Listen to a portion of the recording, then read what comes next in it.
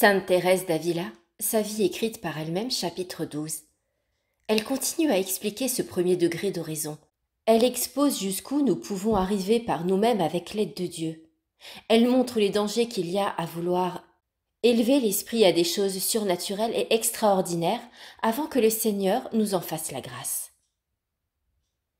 Dans le chapitre précédent, mon but a été, malgré de nombreuses discrétions qui m'ont paru nécessaires, de montrer jusqu'où nous pouvons arriver par nos propres efforts, et comment, dans ce premier degré de raison, la dévotion dépend en partie de notre concours. Quand, en effet, nous méditons et approfondissons les souffrances que le Seigneur a endurées pour nous, nous sommes touchés de compassion. De plus, il y a de la saveur dans le chagrin et les larmes qui procèdent de cette considération. Quand nous pensons à la gloire, objet de notre espérance, à l'amour de notre Seigneur pour nous, à sa résurrection, nous sommes portés à une joie qui n'est pas entièrement spirituelle, ni entièrement sensible. Mais cette joie est vertueuse, comme la peine précédente était très méritoire. Ainsi en est-il de tout ce qui cause une dévotion qui est en partie le fruit de l'entendement, bien que nous ne puissions ni la mériter, ni l'obtenir, si Dieu ne la donne. Une âme que Dieu n'aura pas élevée au-dessus de cet état fera très bien de ne pas chercher à monter d'elle-même plus haut. Qu'elle y fasse bien attention, sans quoi elle ne pourrait qu'y perdre. Lorsqu'elle se trouve dans ce degré de raison, elle peut produire des actes nombreux, ayant pour but de la stimuler à de grandes œuvres pour Dieu et de réveiller son amour pour lui. Elle en accomplit d'autres pour favoriser l'accroissement des vertus, selon que l'indique un livre intitulé « L'art de servir Dieu ». Ouvrage excellent et très approprié à cet état de raison où l'entendement opère. Nous pouvons par la pensée nous mettre en présence du Christ, nous embraser peu à peu du plus grand amour pour sa sainte humanité, lui tenir toujours compagnie, lui parler, lui recommander nos besoins, nous plaindre à lui dans nos peines, nous réjouir avec lui dans les consolations, nous garder de l'oublier dans la prospérité. Ne cherchons point à lui faire de beaux discours. Parlons-lui simplement pour lui exprimer nos désirs et nos besoins. C'est là une méthode excellente, et elle nous fait avancer en très peu de temps.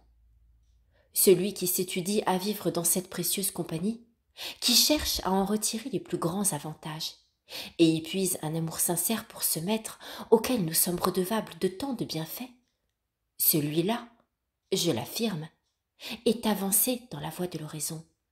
Nous ne devons donc pas, comme je l'ai déjà dit, nous affliger si la dévotion sensible vient à nous manquer. Remercions plutôt le Seigneur, qui, malgré les imperfections de nos œuvres, entretient en nous le désir de lui plaire. Cette méthode d'oraison qui consiste à se tenir dans la compagnie du Sauveur est profitable dans tous les états.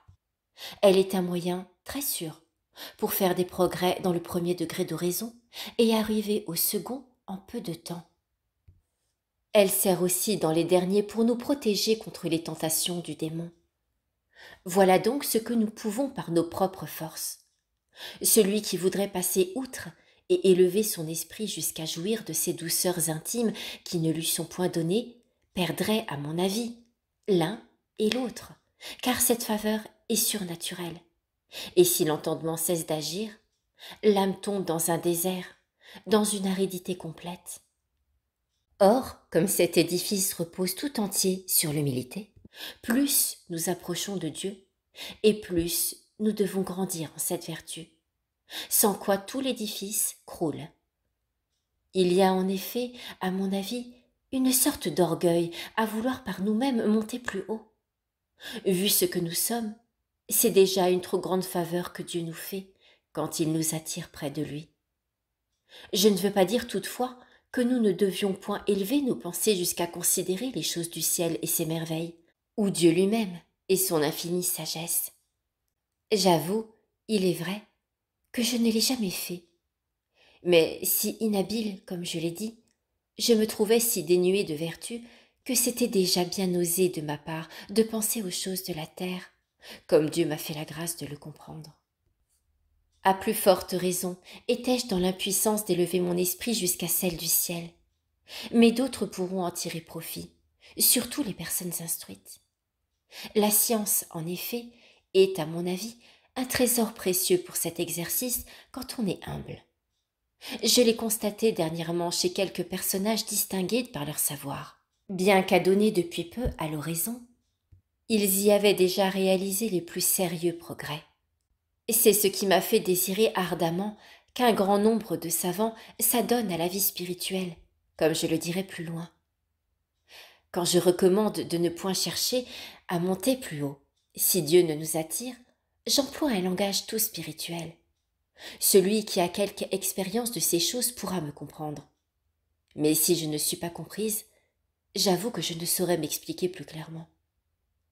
Dans la théologie mystique dont j'ai commencé à parler, l'entendement n'a plus la faculté d'agir. Dieu suspend son action, comme je l'expliquerai mieux dans la suite, si je le puis, et si Dieu m'en donne la grâce. Ce que je veux dire, c'est que nous n'ayons ni la présomption, ni même la pensée de suspendre nous-mêmes. Nous ne devons pas cesser de l'employer à discourir, sans quoi nous tomberions dans la stupidité et la sécheresse, et nous ne pourrions obtenir aucun bon résultat. Mais quand le Seigneur suspend et arrête lui-même l'entendement, il lui donne de quoi admirer et de quoi s'occuper.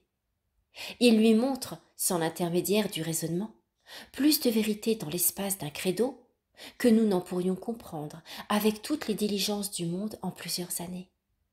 Mais de nous-mêmes, occuper les puissances de l'âme et nous imaginer que nous pourrions tout à la fois en suspendre l'opération, c'est une véritable folie.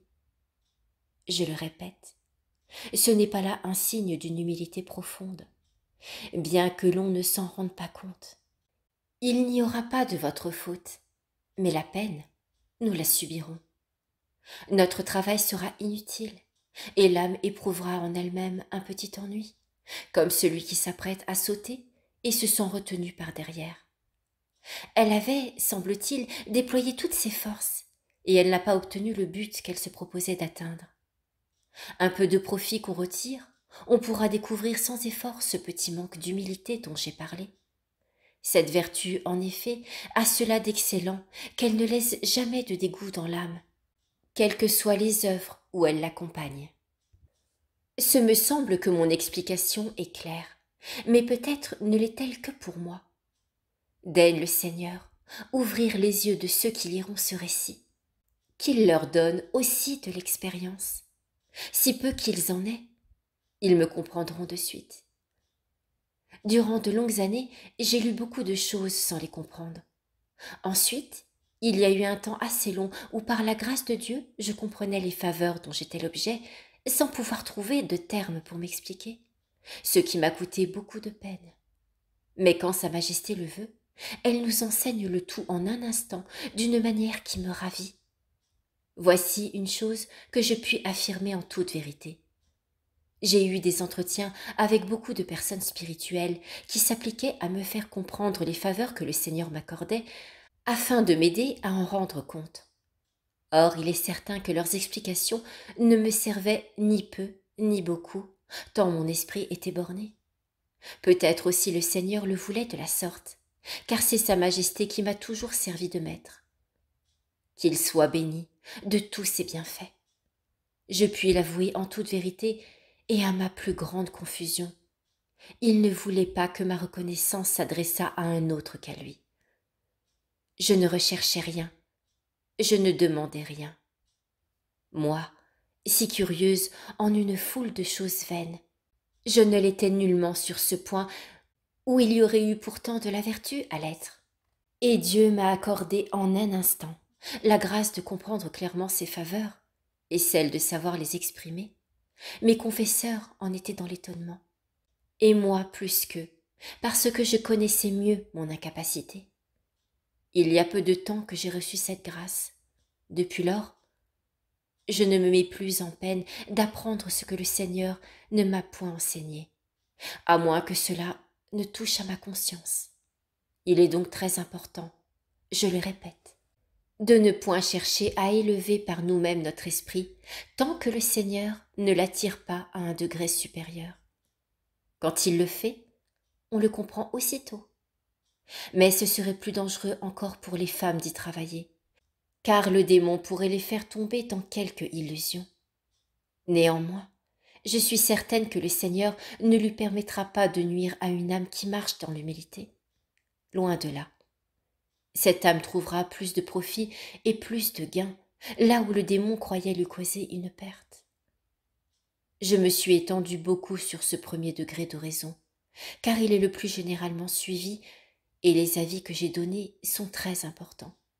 D'autres, sans doute, auront écrit sur ce sujet bien mieux que moi, je le confesse. Aussi, je suis toute confuse et toute honteuse d'avoir osé en parler, quoique je devrais l'être davantage. Que le Seigneur soit béni de tout, puisqu'il permet et veut même qu'une personne comme moi s'occupe de questions qui le concernent et traite de sujets si sublimes et si élevés.